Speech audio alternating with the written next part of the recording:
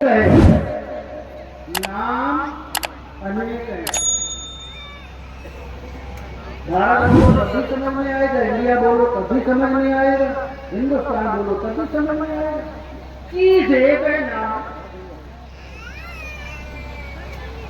उस समय आने वालों ईमानदारी से बताओ, इस मुल्क में अगर आपको रहना है तो इस मुल्क का वफादार बन के रहना, मुल्क का वफादार बन के रहना है। और जो जितना बड़ा मुल्क का वफादार होगा उतना बड़ा मुल्क करने वाला होगा।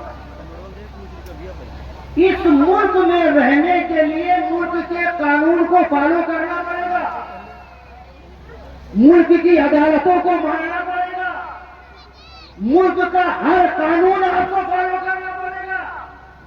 कोई भी कानून हो मुल्क का, उसे आपको फॉलो करना ही पड़ेगा, उसके अलावा कोई चारा नहीं है।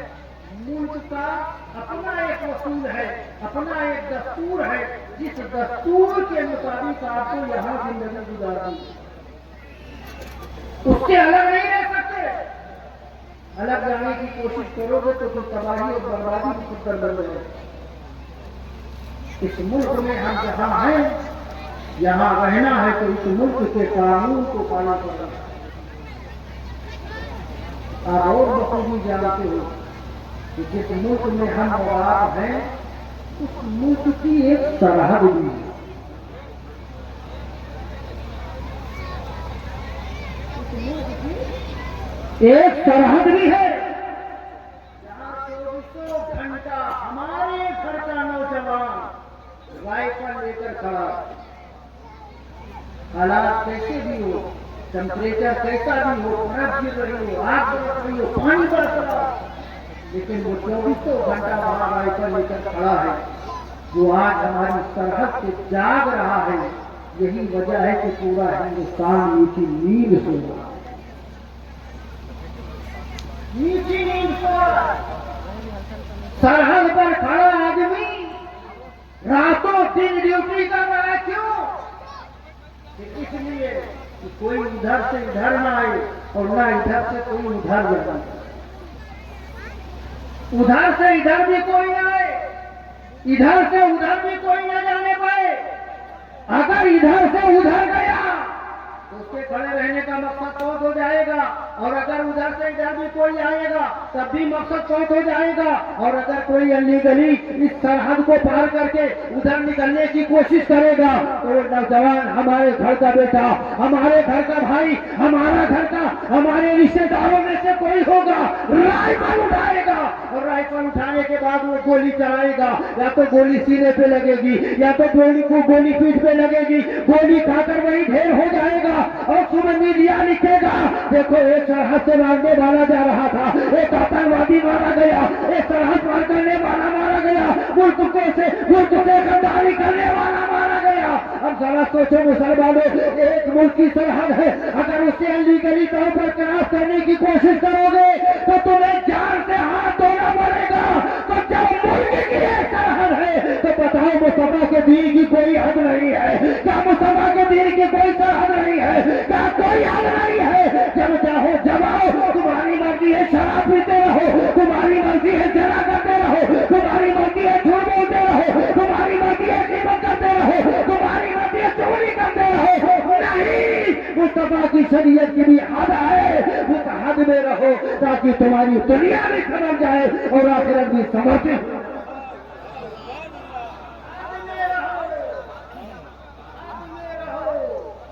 हद में रहो, दीन की हद में रहो, मुस्तफा की शरीयत की हद में रहो। पार करने की कोशिश मत करना। अगर करोगे, सरहद पार करने की कोशिश करोगे तो जान जाएगी जान। और अगर मुस्तफा के दीन की हद पार करने की कोशिश करोगे तो ईमान चला जाएगा, ईमान। मुल्क की सरहद में भी रहो और मुस्तफा जाने रहमत की शरीयत भी हद में रहो। आज हद अल्लाह अकबर, इतना बड़ा जलसा आपने सजाया, अभी जलसा खत्म होगा, जाएंगे आराम से वही सोएंगे और सुबह फजर गायब। सुबह फजर गायब। जो हमारे ग्राम मौजूद है इनसे पूछो। आज हम बड़ी मेहनत कर रहे हैं शादियों को आसान बनाने के लिए। मैं जुमला आपके स्टेज माथे से जरूर करूंगा। जिस तरह शादियों को आसान बनाने की मुहिम चल रही है, ऐसे ही जलसों को भी आसान।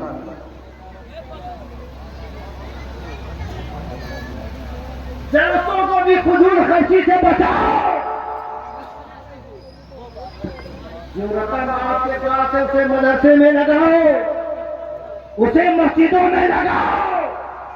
इस्लाम को अगर इज्जत देना चाहते हो तो मदरसों को और मस्जिद को इज्जतदार बनाओ, उन्हें इज्जत अदा करो।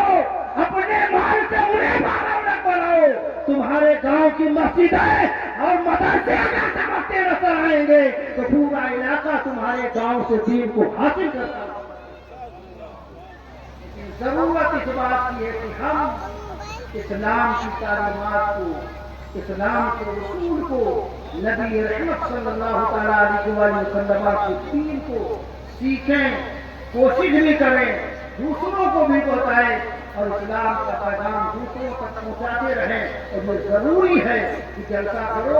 मैं जलसा करने से नहीं मना करता, लेकिन अगर फजर गई तो जलसा देता।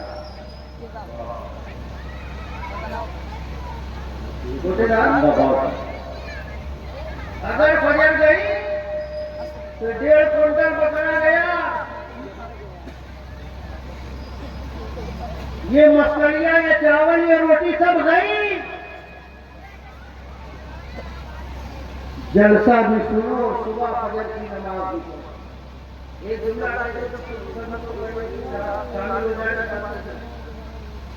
आज हम लोग अपने आप को बड़ा ताकतवर बैठे, बड़े ताकतवर है, बड़े पावरफुल।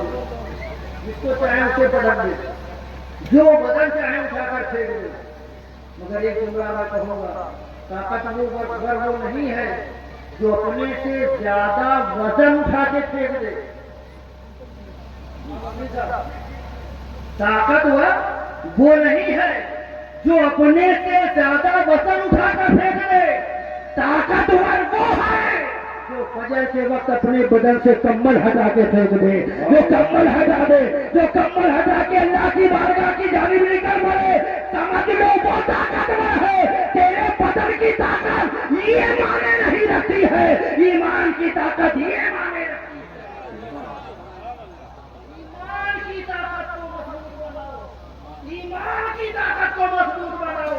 और अगर तुम अपने बदन से कम्बल न हटा सके, जब सुबह फजर के वक्त बदन से कम्बल न हटा सके तो फिर समझ सकते हो कि आप दुनिया में क्या कर सकते हो। सुनने का नाम है, सुन लिया बस सुननी हो गए। वो है मुस्तफा की हर सुन्नत को पालोगे, मुस्तफा की हर रसूल को पालोगे, मुस्तफा की हर बात मानो। जिसके नबी रहमत सल्लल्लाहु अलैहि वसल्लम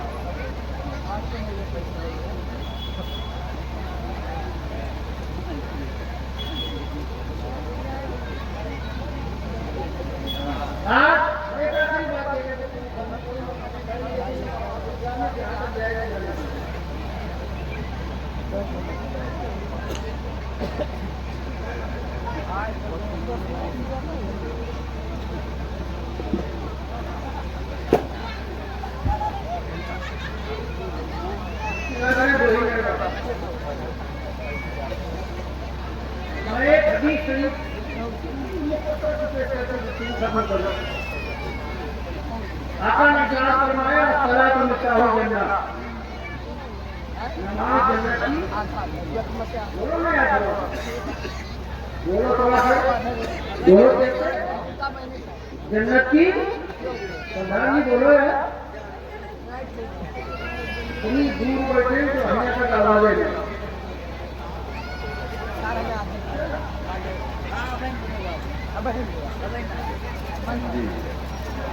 घर वाली नमाज क्या है? जन्नत की कुंजी है, कुंजी।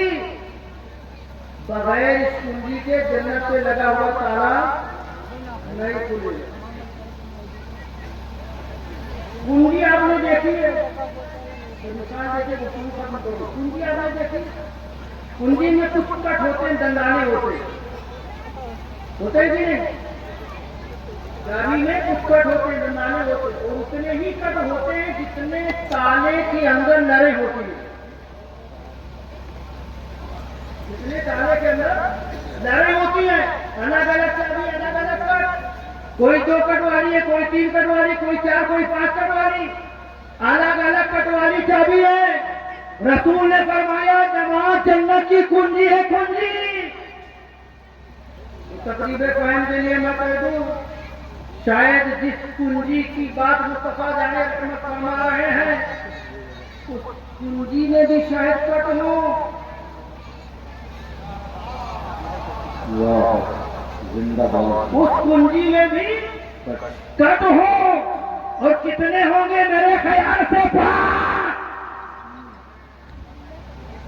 जन्नत में ताला लगा है, जिस ताले की चाबी आप लेकर यहाँ से जाओगे उसमें कट, उस ताले की चाबी में कट कितने हैं? 5।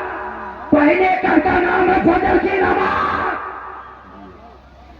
दूसरे कट का नाम है जोहर की नमाज, तीसरे कट का नाम है असर की नमाज, चौथे कट का नाम है मगरिब, पांचवें कट का नाम नमाज, पांचवें कट का नाम इशा। अब ये 5 कट वाली चाबी जब तू दुनिया से लेकर जाएगा और बाबे जन्नत से पहुंचेगा, तब होगा जन्नत पूछेगा, बता जन्नत की चाबी लेकर आया है कि नहीं? जन्नत की चाबी लेकर आया है कि नहीं? अब जन्नत की चाबी वही 5 कट वाली चाबी होगी। अब अगर कोई 1 कट वाली नमाज पढ़े,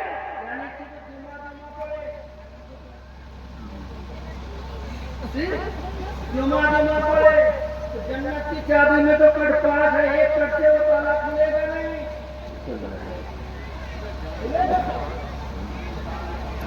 एक कट से ताला खुलेगा नहीं।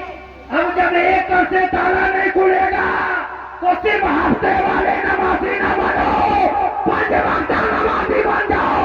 और ये कहते हुए न कराओ, जो 4 मांगो तो जान देंगे, जो 5 मांगो तो मांग देंगे, मगर ये हमसे कभी न होगा नबी का जानो। अल्लाह हम सबको सुनने से ज्यादा अमल करने की तौफीक रफीक अता फरमाए। वमा तौफीक इल्ला बिल्लाह। अल्हम्दुलिल्लाह रब्बिल आलमीन।